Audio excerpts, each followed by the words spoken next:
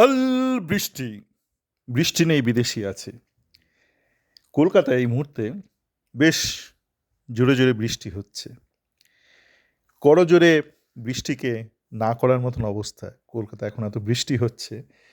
তো দেখছি cloud bast বিভিন্ন শব্দ চয়ন করছে, শব্দ প্রয়োগ করছে এই মুহূর্তে মিডিয়া। জানি না এইটা নতুন কিনা। এখন কলকাতা ডুবে, রাস্তাঘাট ডুবে, গাড়ি জলের নিচে। কারণটা জানি না, ক্লাউড বাস্ট কিনা।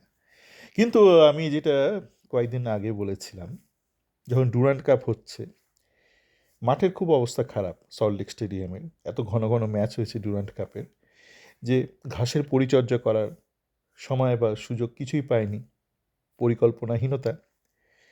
আহ, তার ফলস্বরূপ কলকাতার সল্টলেক স্টেডিয়াম এখন সেই পুরনো দিনে সল্ট লেকের কথা মনে করিয়ে দিচ্ছে।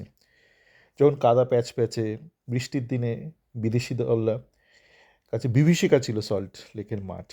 একটা সময় ফানজা এসেছিল এফসি খেলতে বহু বছর পূর্বে, অনেক দশক পূর্বে। দারুণ টিম ছিল ফানজা। আমি আমার একটা পূর্বের একটা অডিওতে বলেছিলাম, ওমানের ক্লাব। সেটা মোক্ষম সময় মোহনবাগানের ম্যাচের দিন অঝোর ধারায় বৃষ্টি পড়ল, কিচ্ছু করতে পারলো না, দাঁড়াতেই পারলো না তারা, অভ্যাস নেই। এখন কুয়েতি ক্লাবের একই, তাদের প্রি সিজন ম্যাচ ফিটনেসের অভাব, কম্পিটিটিভ ম্যাচ তারা খেলেনি, তার মধ্যে এরকম বৃষ্টির মধ্যে তারা এসে পড়েছে। ক্লাউড বাস্ট কী সব বলছে। তো মাঠের অবস্থা আরও খারাপ ডুরান্ডের দরুন। কালকের ম্যাচে 5 দিন আগে ম্যাচ হয়ে গেছে এবং তারপর টানা অল্প স্বল্প বৃষ্টি হচ্ছে। তো আমাদের 3টে বিদেশি, ওদের হয়তো 6টা বিদেশি খেলবে, জানি না কতগুলো খেলবে, কতজন সুস্থ আছে এই মুহূর্তে শারীরিক এবং মানসিকভাবে।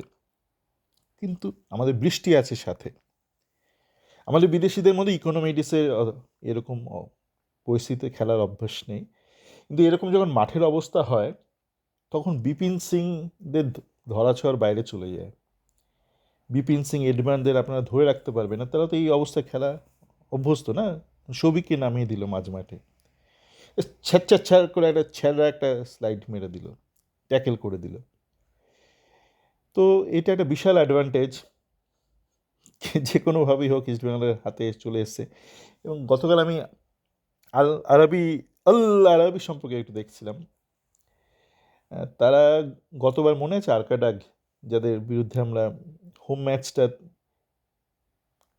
আমাদের জেতা উচিত ছিল, তারা একদমই ডিফেন্সিভ খেলেছিল, কোনো বিদেশি তাদের টিমে ছিল না।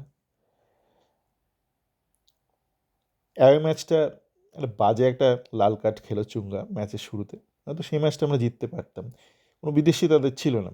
সে আরকাডাগ সেমিফাইনালে অ্যাওয়ে ম্যাচে আল আরবির কাছে হেরে যায় 2-0 গোলে, কিন্তু হোম ম্যাচে আরকাডাগে তারা 3-0 গোলে জিতে যায়।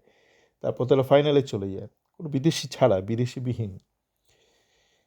তো সেই আল আরবির সাথে কালকে খেলা বৃষ্টির মধ্যে, তাহলে 6টা বিদেশি থাক, আমাদের 3টে বিদেশি হোক, বৃষ্টি আছে আমাদের সাথে, আল বৃষ্টি।